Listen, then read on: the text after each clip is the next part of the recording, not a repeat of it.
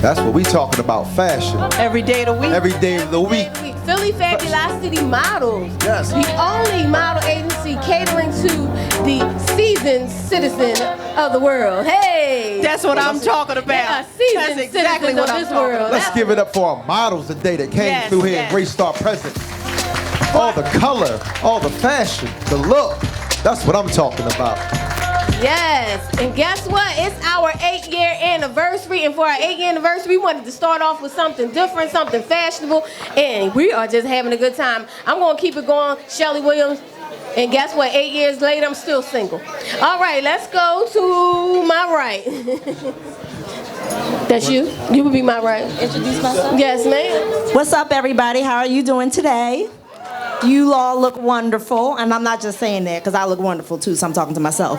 My name is Jessica Corinne. I'm an author and a speaker, and I'm very happy to be here today. Thank you for the invite. Right. Okay. This is Omar Tyree, West Philadelphia born. In fact, Dave and I grew up together in the bottom, 38th and Aspen. And then I moved uptown to Mount Airy and kept doing it. But, you know, the heart is still in the bottom. And Rick Watson invited me out because we're doing some things together.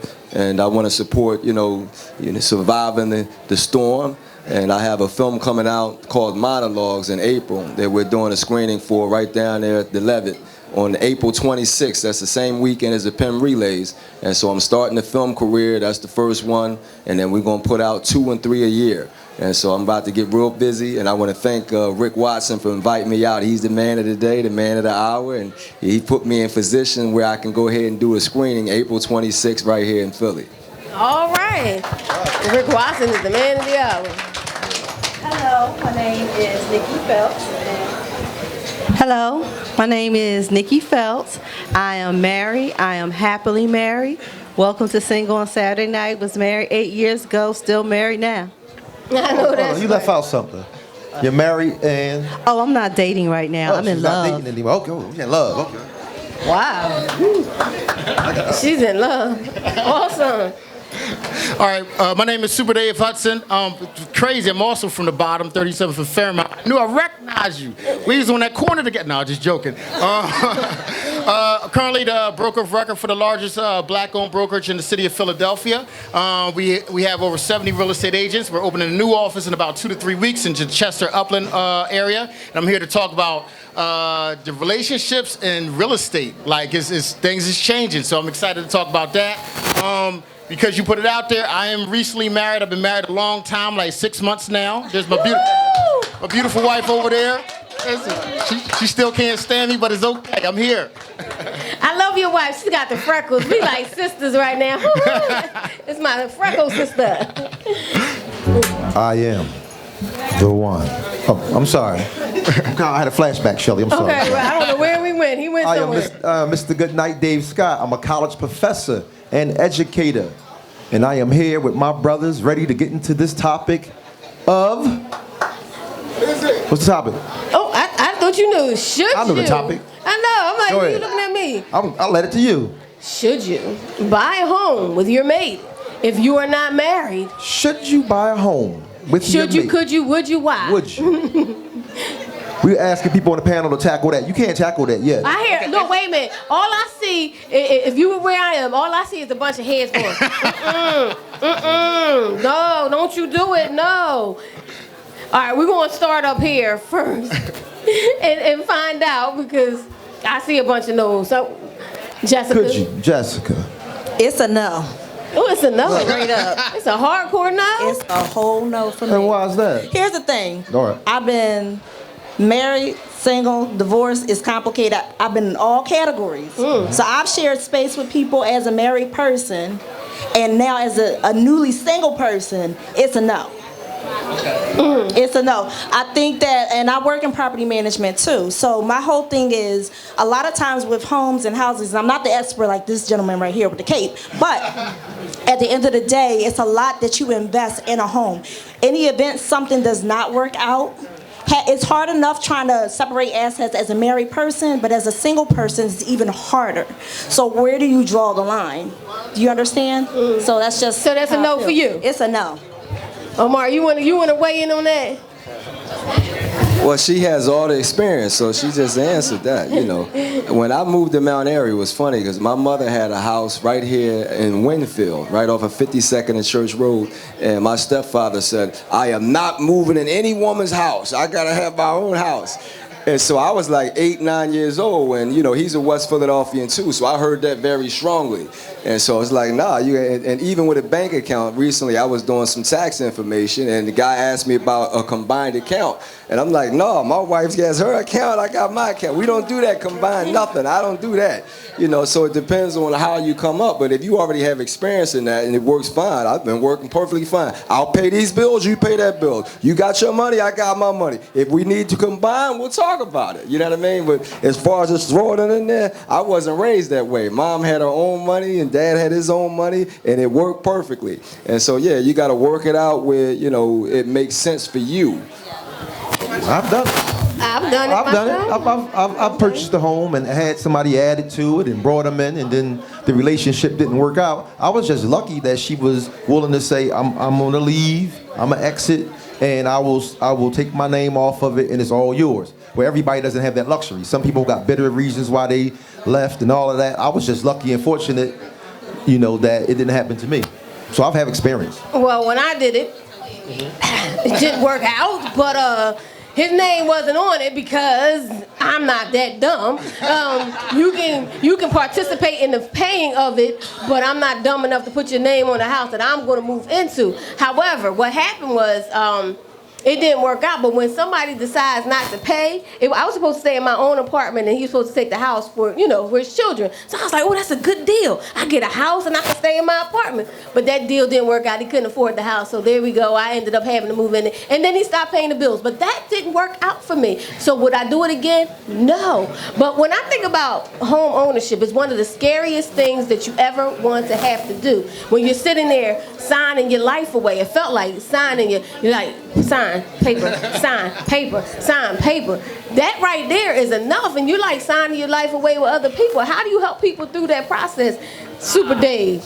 Oh, wow. 'Cause that's scary. It's really scary. Well, I do got a quick question for the audience. Just by a quick raise of hands, how many people know someone who has allowed someone who is not qualified to put their name on a lease, just a lease? Anybody just raise? I'm just trying to figure out. Do you know? All right. Another question.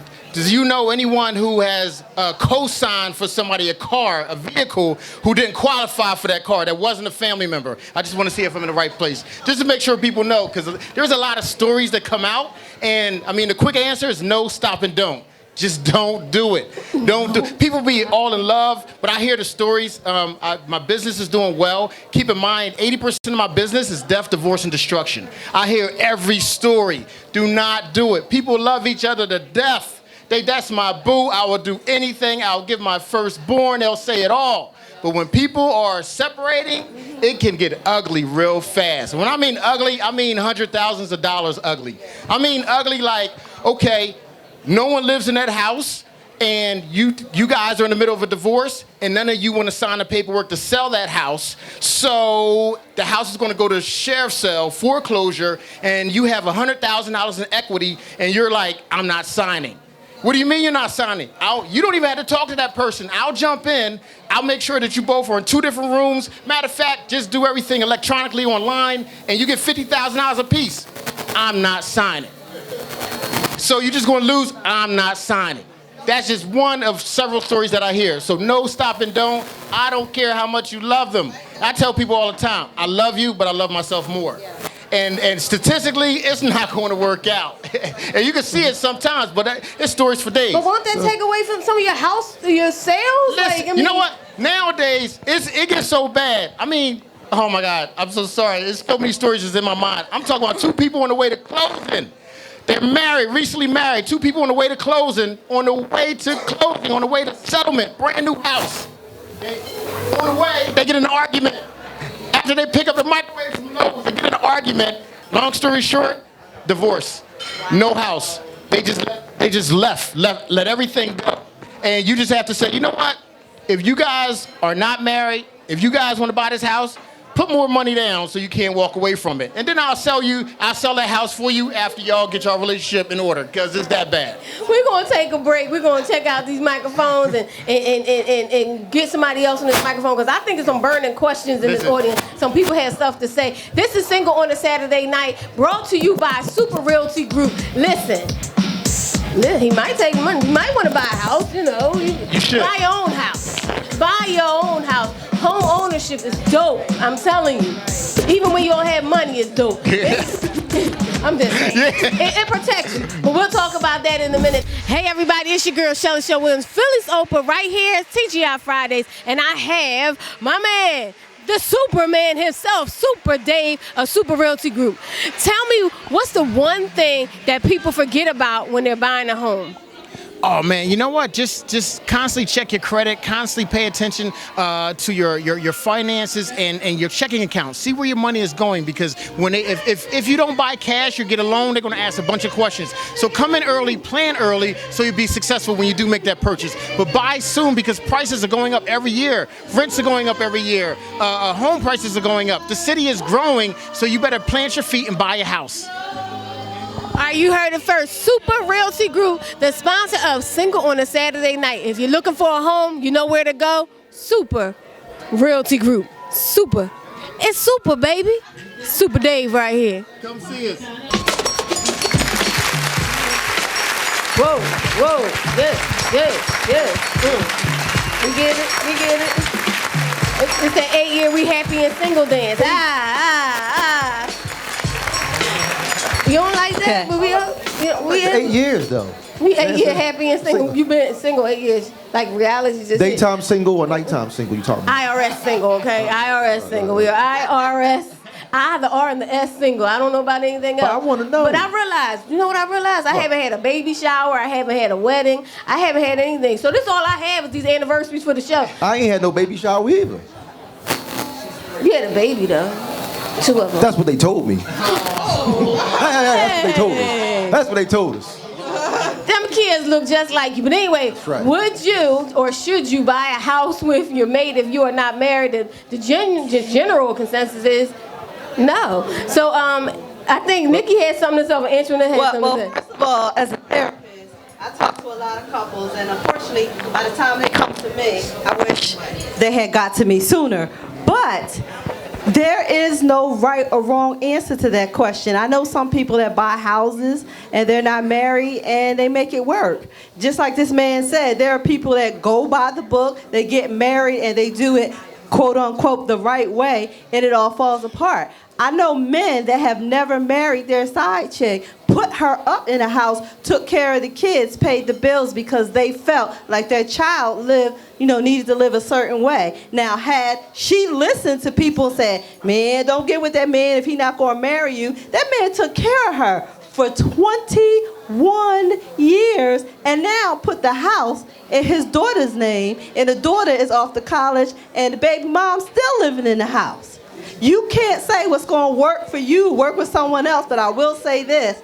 Like they said, when you going to sign all those papers, whether you married, whether you single, whether you divorced, Uncle Sam don't care. When you sign all those papers, you're going to lose your money, lose your house, lose your life. So you just need to make sure before you make a commitment to a house, it might be easier to make a commitment to a person because it's easier to walk away from a person than it is to walk away from a house. That's true. When I was signing the papers, literally halfway through, I was sitting there like, I really don't want to do it. I really realized I didn't want to do it. But the only thing, I'm not even lying, the only thing that saved it was that I felt bad for the real estate agent who had gone up and down and helped me find a house. I did. Now, seriously, he had helped me this because I ain't going to lie, this was his second time helping me. And my first time changed my mind, too. So this is my second time. And I was like, I feel bad for him. He went through all this. But I realized halfway through, I really did change my mind. I did. I was like, I shouldn't be doing this. I really don't want to do this. Right. I knew it. But I felt for the agent and the fact that he went through all of that process, and he felt the house. It's a lot of process. What's a big process? And it happens all the time. But to go back to what she said, the only problem I have now, remember I told you it's death, divorce, and destruction. If something was to happen to that guy, that woman who took care of his kids is left with nothing. The house is in the daughter's name. So you have to protect yourself first. Because someone says, if something happened to you, I have nothing. So you want to make sure you're protected. So when you just be careful, put things in writing, do research, have the conversation. There's been times where people been at we're going through the motions, we found the house, we're filling out the paperwork, we're all sitting at the table, it looks real good, and it's the gentleman and his girlfriend, and they got 2 kids together. And I said, man, you must be excited, that's a pretty big house. He said, yeah, man, I can't move all my kids and have all my kids together. And the woman looked at him like, so they had 2 kids, he had 4 other kids. This is the first time that conversation came out. Talk about awkwardness. So I just said, wow, okay. And she had that look, and I just said, I'll be right back. I'm going to the bathroom. The short version is, they never went to closing. That was a whole discussion they didn't have. So at the least, have that discussion. I mean, I'm not saying what's right or wrong. What you do is your decision, but have the discussion. Don't be caught off guard with surprises. When people are building together, sometimes before they get married, especially people who've been in long-term relationships, they start to accumulate and get certain things in the process of getting married. So you are already invested in this individual. You're walking through these steps. You say, okay, we're going to do this, that, and another. We're preparing to get married. We covered the house already. Now we have to get there. Are you saying that we should have to wait till you're legally married, then start that process? Or just like somebody says, well, before then, if you have a home, why don't I have life rights? A lot of people don't understand what life rights are. Right. Certain paperwork is very important that you talked about. But in a relationship, in the building, doesn't the building start long before the marriage? And what should be included in that building? So home ownership should not be in that building? I need to know that. It should if it's in writing. The problem with a lot of customers that come through is that they don't have things in writing. So things are misunderstood.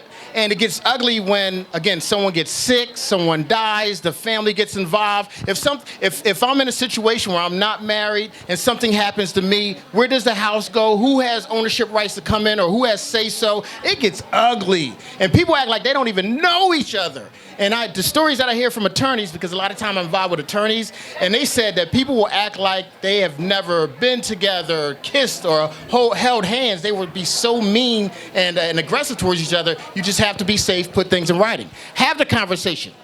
So you're going to wait till you get married, Shelly, to buy a house with someone? Am I getting married? I didn't know. I thought you knew somebody. Since you wait, why can't you get the house ahead of time?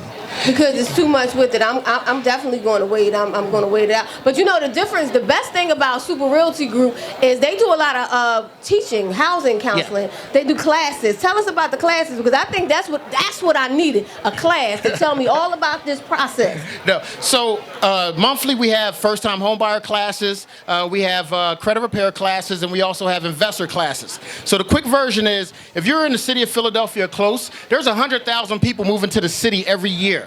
So the biggest stronghold in the city, because we have some of the best hospitals in the world and the best universities in the world, right in the city of Philadelphia. 100,000 people are moving to the city. So our city is growing, it's expanding. In the last 5 years, you've seen rents go up an average of $100 a month over the last 5 years. Average 3-bedroom used to be $700 5 years ago. Average 3-bedroom is about $1,200. And there are people who are paying as much as $5,000 for a 1-bedroom around University City.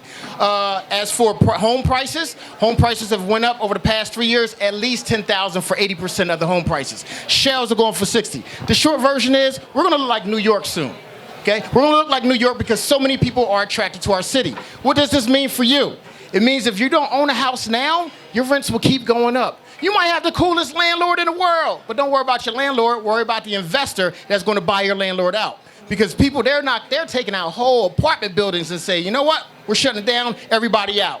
Then they put some paint on the walls and they raise the rents like $500, $600. It's happening. We call it gentrification, we see it happening. The goal is you have to be prepared. There's no other place in the world right now, or at least in this country, that you have one block, $50,000, and the next block, $1 million, and you can, it's it's crazy. Still trash on the ground and still bottles on the outside. Go walk down South Philly and check out that gentrification. You got a $500,000 house on one side, and then on the other side you got this abandoned block, and it's got all this trash, and you want me to pay $500,000 for this house.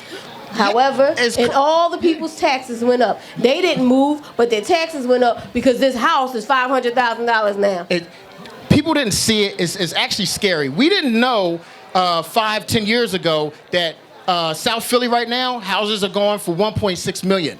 We didn't know in West Philly at 46 in Baltimore that the houses that they gave to people that kicked out the 46th Street projects are now going for $1 million. We didn't know it. And now a lot of people are just looking like, wow, look at all these people, look at this wave. The problem is, if people don't own their homes, if you're not buying, if you're not investing in Philadelphia, you might get priced out. It happened in New York, you might get priced out. People may be homeless soon. Because again, if you can afford $800 for rent for you and your family, that's fine. But what if your rents keep going up? And then your rents are $2,000 a month. And that's where the hobosexual comes in. Exactly. That's where the hobosexual comes in. Because then the hobosexual wants to love you and they want to move in with you, right? Is that where the hobosexual? So break down the hobosexual. And then we're going to talk to Antoinette, because she knows about the process of buying a home with someone. There's so many people whose credit messed up, don't have family and friends that they can rely on. And what they do is prey on people and use a relationship as the tool of getting involved with them. But their interior motives are they're going to get with you, not because they're genuinely interested in you, genuinely want to invest in you. They say, hey, I have a place to stay. And I will do whatever it takes. I'll make you smile, laugh. I'll do things around the house as long as I have a place to lay my head. But they don't have a sincere investment in you. Yeah. And the term is called hobosexual. Hobo. Because a hobo is a bum. They love you better than anybody else. And there are some people that are fearful that no man gonna want me, or a woman might not want me. I'm getting older, I'm getting heavier, I don't have this or that. So they will allow anybody in. So I tell people, stop letting the end in. Right. That's the end of you. I like that. Stop letting the end in. All right. All right, Antoinette, weigh in on this subject, because I believe you have a little experience. You bought a house with someone years ago. I bought a house with someone that I was engaged to. Okay. And he decided he didn't want to be in a relationship anymore. Ooh. He just wanted half of the house. He wanted the money. So whose name was on it? Both of our names was on it. I put all the money down when I bought the home. Didn't have any type of written agreement or anything. But you put his name, you allowed his name because y'all was engaged. I know when you in love, you do love stuff. So was this in Pennsylvania? No, this was in New Jersey. Okay. So I decided to say, okay, let's sell the house, but I want the money down that I put on the house, which roughly is about $20,000. At first he said no. I said, well, this house is not going to be sold because you need my said, right? He said no sale. Nothing's going to happen until you give me back my money. So that's how I got. So eventually he Eventually he had no choice. Yeah. And I know you didn't say it like that. You didn't say, Yes, you did. Yes, you did. She said, no, Yes. she did. She said, there's two types of money. There's my money and there's my mom. So I know what she said. she's so sweet. She so didn't do sweet anything tonight. like that. Right. Yes, but I did have to get lawyers. It was like going through a divorce. It was very stressful. I was away from my family. All my family was here in Philly. I had my son out in school out in New Jersey. He was going to college. We were going through prom season. It was just a very stressful moment for me.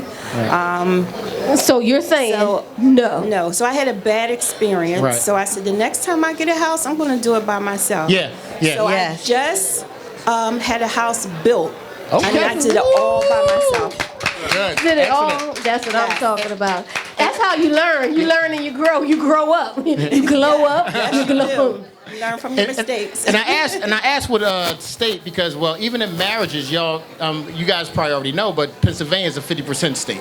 So if you just, let's say it's your house and you just want to put someone or your spouse or whoever on your house deed or your title or something like that, they're entitled to half.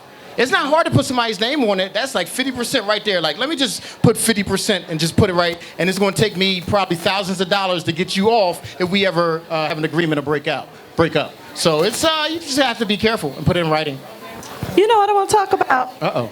I want to talk about this interest rates. No. We need to talk about interest rate because I have an interesting story here. When we went to buy our first house, me and DJ Smooth, I'll never forget Well, it. y'all married? Yeah, we married. So you're talking about 3%, 3.5%, 4% or whatever, and our credit was pretty good, but apparently there was something on someone's credit from Blockbuster. I'm like, Blockbuster? First of all, Blockbuster doesn't even exist anymore. And it was like $250, which wasn't a lot of money. Okay. But they tried to say someone didn't return a tape. And so You talk about putting so your the wife difference out there. between 4% Ooh. and 4.5%. Ooh, it's $50 a month. Go ahead. Yeah, and someone said, "Oh, it's not that important." We almost didn't buy a house over a returned videotape for Blockbuster because there's only a difference in 1% in the interest rate. Can you talk about that a little bit? Listen, that's a lot of. Ooh. You know what? But Put you out. these are the conversations you have to have. So the quick version is for every point interest rate, that averages about $100 for every $100,000 you borrow. So quick version, if I buy a $100,000 house and my interest rates are 3.5%. On average, for principal and interest, I pay $350. But if it's 4%, then I pay $400 a month. 5%, so that's at least $50 a month. I mean, over time, that's about the next 30 years. Oh yeah, so he cost you about $20,000. My fault, but But he made up for it in love. That's Okay, all. all right. Oh no, He made up for we it in paid love. that $200 to Blockbuster to this video that he said it's the principal. I turned the video in. Aren't we glad for streaming services like Roku, Apple TV, which is on right here? Single on Saturday Night is on Roku, Apple TV, and all your streaming devices. Aren't you glad for streaming devices now? I know I am, because you can watch Single on a Saturday Night. It's our 8-year anniversary. This is the end of this show. We're going to come back next week with a whole nother show, but would you buy or should you buy? Whatever. I would advise it. However, it is your decision. If you love that man, you love that woman, if they love you back, if they love you back, they gonna turn on you one day. No, I'm just kidding. You keep loving everybody. Hey, everybody, it's your girl, Shelly Shell Williams. Philly's Open right here, Single on a Saturday Night. And Single on a Saturday Night is brought to you by Supa Realty Group. And my man right here is Supa Dave Hudson. So tell me about Supa Realty Group. Put it all together. Okay, so Supa Realty Group is the largest black-owned non-franchise brokerage in the city of Philadelphia. We have about 70 agents. We have a real estate school. Every month we do free first-time homebuyer classes, free investor classes, free credit repair classes. We just make it happen. And and we're growing. We're gonna have another office in Chester Upland area, and we just want you to be a part and grow together. So tell me how they can get in touch with you. Oh, definitely. So you can find us online at Super Realty Group, of course, on Facebook, on Instagram. But our main office is 215-474-7741. Our Chester Upland office is 610-874-7741. So text us, email us, you name it, get in contact with us, let's grow. All right, you heard it first right here. Super Realty Group. You have to contact them to get all the information about buying a home.